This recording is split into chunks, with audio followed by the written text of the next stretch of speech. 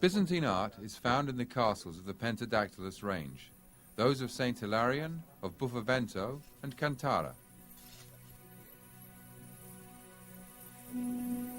Byzantine art is found in our monasteries, that of Kikos being the oldest, the monastery of Macheras from the 10th century, the church of Panagia to Araka, the church of Asinu, of St. John Lampadistis, of Panagia Truditissa, of the monastery of Aios Neophytos, and that of Chrysalo Iatissa.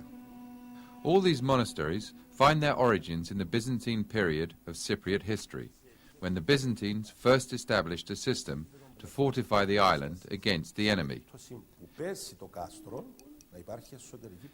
Each icon represents a particular saint. Most of the Cypriot saints have their origins in Asia Minor, mainly the coast or Constantinople. St. George Diassoritis, for instance, found in the village of Pedoulas. In a wall painting, we see the saint on his horse riding on the waves. Octopuses are seen beneath the legs of the horse. He comes from the region of Diaspora in Asia Minor, the saint himself being a Cappadocian. Again, the example of the favorite saint of the Cypriots, Aya Marina. Her origins are also from the opposite coast. Saint Mamas, riding the lion, is from Asia Minor. He actually comes from the Pontos region.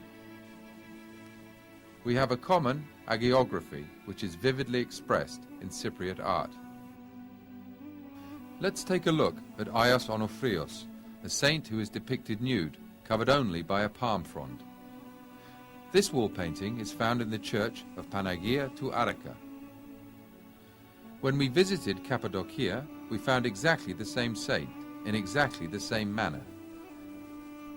The similarity is striking.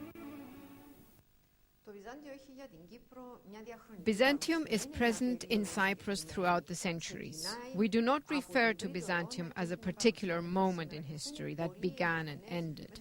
We know it starts in the 3rd century, and its presence is felt until this very day. And this is a particularity one feels with Byzantine art. It is omnipresent. It is part of our everyday life. It influences a huge amount of our time, and a fair amount of this time is dedicated to our arts. We can trace it, with the only exception of the Ottoman rule in Cyprus, from the 3rd century to the 20th or even the 21st century. Cypriot artists are aware of the art movements of Europe, especially those of the 20th century, as a lot of them study in European countries. Art in Cyprus, though, continues a very specific path. It develops both by following the currents of European art, but also keeps a firm ground through the presence of Byzantium and its ecumenality. Our artists treat their subjects according to what is already known to them, what is called by us today a living experience. Beginning with artist Ioannis Kisoneris, who starts his career with religious themes. Throughout his art, he is liberated partly from the religious presence, but one can still sense it throughout his art. The same can be said for artists like Frangoudis and Nikolaidou. Adamantios Diamandis and Tilemachos Kanthos are rightfully considered the fathers of Cypriot art. They both studied abroad and brought with them the new trends, the new aspects of European art. Both, though, remained in their field of knowledge, within their living experience that offered them security. They managed to combine both their tradition in art and their new expectations, acquiring in this manner a universality in their expression and art. They know their origins. They are in perfect harmony with both their foundations and the new waves. The example of George Paul Georgiou, a self-taught artist from Famagusta, is striking. Through his art, one can see the presence of Byzantium in the Cypriot folk, in the way they stand, in the way they dress, in their manner of being, at every single occasion depicted in his paintings.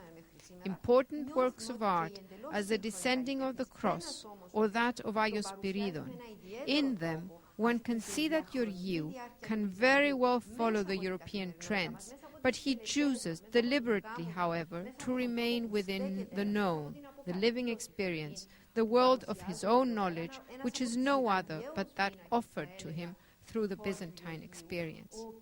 Georgiou is certainly not a naive painter.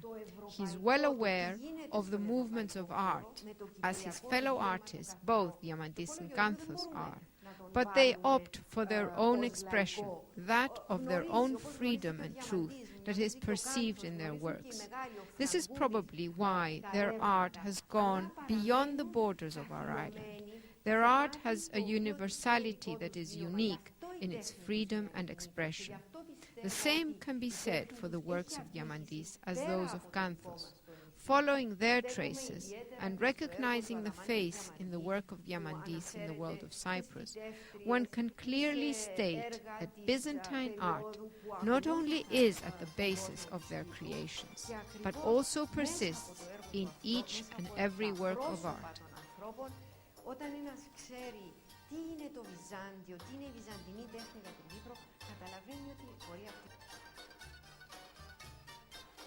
If one looks at Byzantium today, only two parts of the world maintain its existence.